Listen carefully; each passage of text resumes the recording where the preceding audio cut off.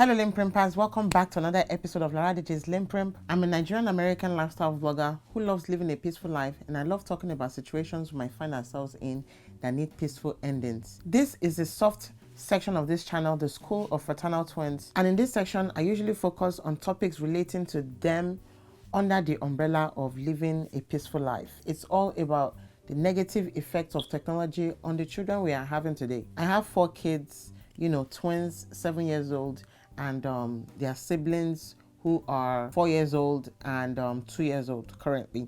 What have I seen so far? The effects of technology on my kids. Under the umbrella of living a peaceful life, I always talk about how we can live peaceful lives on an individual level, individually, because the actions we take right now can impact a whole society.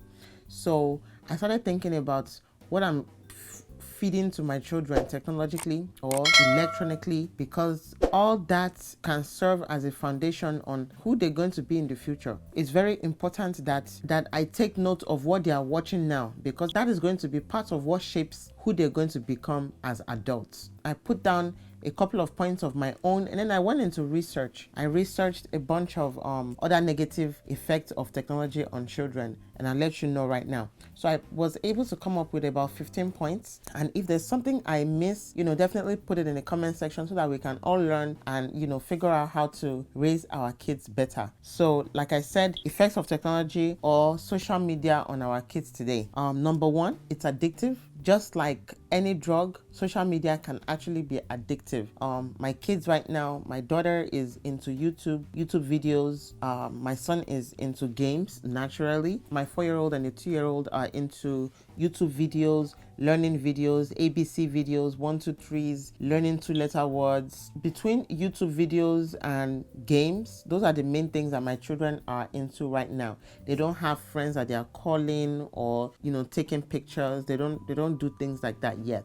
But I've definitely noticed that all they do is YouTube videos and fights over games. The second thing is lack of sleep. Sometimes if you leave the kids with their handhelds, their iPads, their laptops from school, they're going to be on it all day long, and when it's time to sleep, they might not sleep because they want to keep watching it, and lack of sleep is not good for growing children. Also, there can be obsessive posting, and this can increase narcissism. This is what I saw on Google actually when I researched negative effects of technology and social media on children. They said obsessive posting, they are not at that age yet, but teenagers or young teenagers, if they have started posting pictures of themselves on social media, it can develop a negative mental health in them, and it can increase narcissism in them, lack of empathy, lack of, they can't read social. It's hard for them to read the mood of a room or of an individual, and that's bad basically. Then another thing is it gives them too many choices. Back in the day when I was growing up, the choice that I had was play with sand. I would cook food pretending it was sand. I would cook sand pretending it was food. And those were the options we had. Play with whatever you had around you. Pretend play. And the kids, the guys of my time when I was growing up would find something around and just play with it and roll it around the streets. But nowadays, there's too many choices. You have YouTube, you have too many videos on YouTube, you have lots of uncountable games. On my phones, my kids, they're always downloading games every second. Once they say, all right, an ad is loading, they just click that ad, which is a game. So it's endless possibilities of games, endless possible choices that they have. And they still have the nerve to come to tell me, I'm bored, what can I play with? Like seriously? Another thing is it can be very distractive.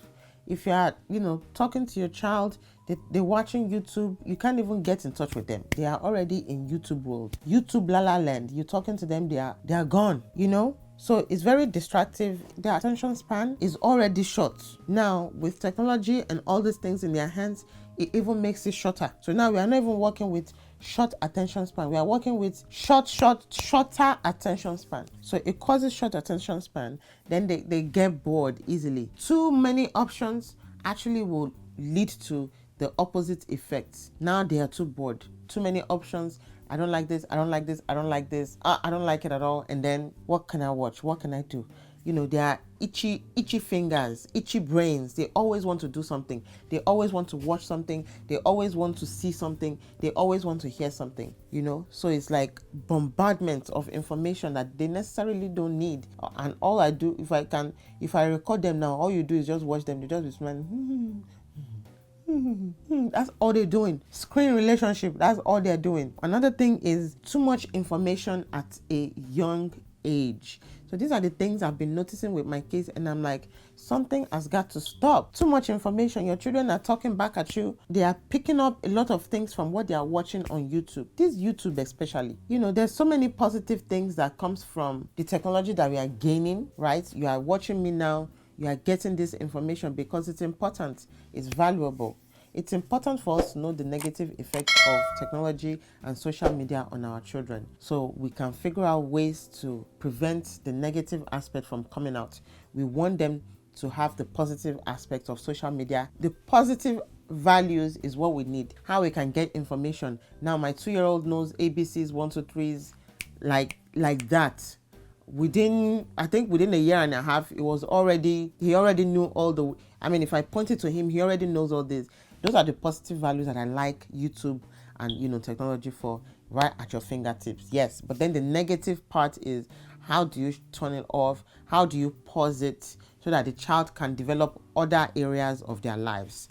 So sometimes, because of the too much information, it can teach you no value. Yes, you're getting all this information, but how are you able to apply it in real life?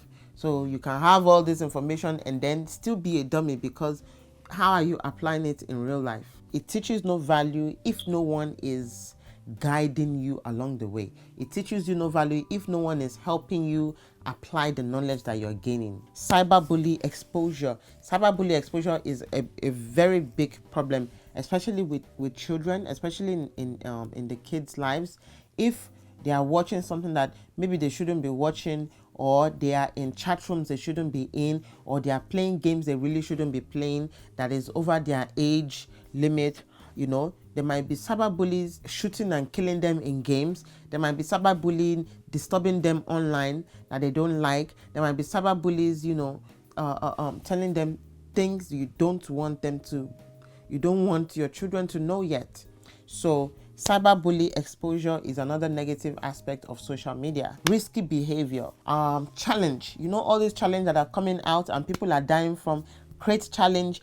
Children can see these things and they will want to try it in real life, and they don't understand that these things are, really, really bad for their health. So definitely, watch what your kids are doing online so that these risky behaviors can not happen, that can lead to death. I was talking to my daughter, I was talking to my kids. I was like, please, if you see anybody doing challenge, let me know. Tell me first before you start doing challenge on your own that can be risky to your life. So please, let's watch what our kids are doing online and don't leave them. As long as, they're not bothering me, they're not telling me they're hungry, what else? Even sometimes when they want to pee or poop, you see them carrying it along. They don't want the game to end, or what they are watching, they don't want to pause it. They'll take it to the bathroom, like one of these days they're going to drop it in the toilet, and then I'll see what they're going to do. So you might think, okay, they're not disturbing me, let me leave them alone. No, sometimes I'll like them to disturb me. Sometimes I want them to disturb me because I want them to be off of the internet and, break that cycle. So definitely check them for risky behavior. Make sure you're telling them not to be doing those crazy challenges that other people are doing, that some people are dying from. Another thing is poor non-verbal communication. This was something that I researched. If I sit here and I'm like this, if somebody else walks in the room, they'll be like, Lara, what is going on? What are you thinking about? Hey, are you okay? But if someone has been used to screen, they call it screen relationship. If someone comes in now, they'll just be looking at me. They will even tell mommy, I'm hungry. They won't realize that something is wrong, that they need to say something about. So these are the things that I'm teaching my kids now, to prevent them from being narcissistic kids in the future. I want my children to be productive adults in the future. So this is the time we have to catch them now. Another thing is the screen relationships. All they see is they can't read the room. They can't read moods. They can't read your non-verbal communication. So when you take away those handhelds and technology and social and their iPads and whatever, their Kindle, when you take it away from them, it forces them to see what's going on in the room. I tell them, go hug your brother. He's not happy. Hug your sister. Give them a kiss. Read other people's faces and see what's going on. So I think those are the the most important thing actually. There's Facebook, there's Instagram, and all these other ones. It actually increases risk of depression, loneliness, anxiety, and self-harm when it's too much, or when you have those other negative effects. It can all become bombarded into a big thing and cause all these negative things in our lives. We don't need them. Increased risk for depression, loneliness, self-harm, and the ultimate things is you'll be having suicidal thoughts.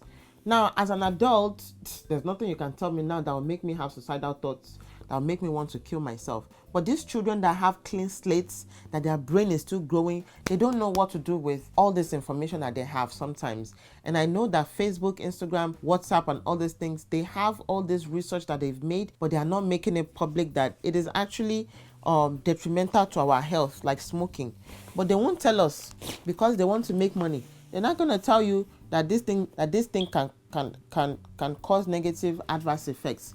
These people, they don't let their children watch, they don't let their children participate in social media, they don't let their children do all these things. But no, it's us that will let our children stay online forever. No, we need to start making conscious decisions right now on how our kids spend their time on the internet. I have a locker now. I bought a locker, lock and key. It's not enough for me to say, all right, let me take it away and put it on the shelf somewhere. No, they'll find it when I'm sleeping. They'll find it when I'm cooking. They'll find it when I'm doing something, when I'm not paying attention. And they'll go back and cover their heads with their blankets. So I don't see them doing things like that. So I've said all these things. How can we make it better for our children? We need our children to do what the 1960s kids did. What did they do? Yes, they went out. They got into the streets. They went out into the playground. They played. They were creative. They played games. They played sports. My kids love art. They can't wait to paint. Get them into. I don't think I can get my kids into lessons or things like that. But involve them at home. Let them exercise. Take them to parks. Do sports. Let them do art. Hobbies. And even if they are on social media or even if they are on their electronics, make sure it's something positive that they are learning about. There are financial games that they can learn. There are, lessons, additional lessons from their schools that they can do. Don't just leave them watching YouTube and all this nonsense on the internet that doesn't make sense. My kids watch or YouTuber. I'm like, what are you learning from this? All they are doing is ha ha ha ha ha ha he he he. And then they'll tell me, oh, they are having nightmares because they watch this. And I'm like, no, you can't be doing this anymore. So I make sure during school days, I make sure I lock it. That's it. That's the best answer. I lock it up. Sometimes I take the key to my work just to make sure that they're not watching all this nonsense online. All right, please, these children's lives are in our hands. What they do now is going to exponentially grow into something either positive or negative in the future. Please, I want us to raise positive value children in the future. How can you do a better job at being Maya in this house? How can you do a better job? Toys. Clean up your toys. Good. Put my jacket away in the closet. Put your clothes away. Do your homework on time. I love homework. You love homework? Yeah. Especially math. Especially math homework. So math. Do your work. Listen to mommy. When mommy says it's time to put your iPad away, you put it away. I do that. Good. And you don't cry when mommy says put them away. Right, Maya? Mm-hmm. All right. This is the last question. How can you make mommy and daddy proud? bath, brush your teeth, bath. That's how you can make mommy proud. And clean up and do our chores and clean up the toys and pick up trash and put it in the garbage And basically take out the do trash. everything mommy tells you to do, right? And do everything, and don't do everything that mommy says don't do, correct? Yeah. That's how you can be a better Maya and Manny. Thank you so much. Thank you so much for watching this episode. I'm so happy you guys watched it till this end, and I hope you'll be doing this with your family as well.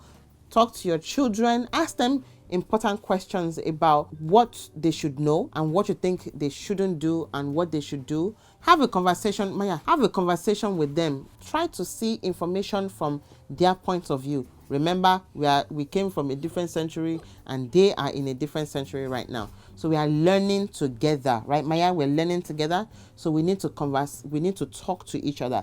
You know, sometimes, Maya, I tell you, you have to talk to me so that I know what you are thinking, right? Right, Manny? All right. So thank you guys for watching this episode with me. At the end of the day, like I always say, let's love our neighbors as ourselves. And remember to rest in peace. We all need to be living in peace. You see me in my next one. Let's go, guys. You see me in my next one. See me in my next one. You see me in my next one. Bye.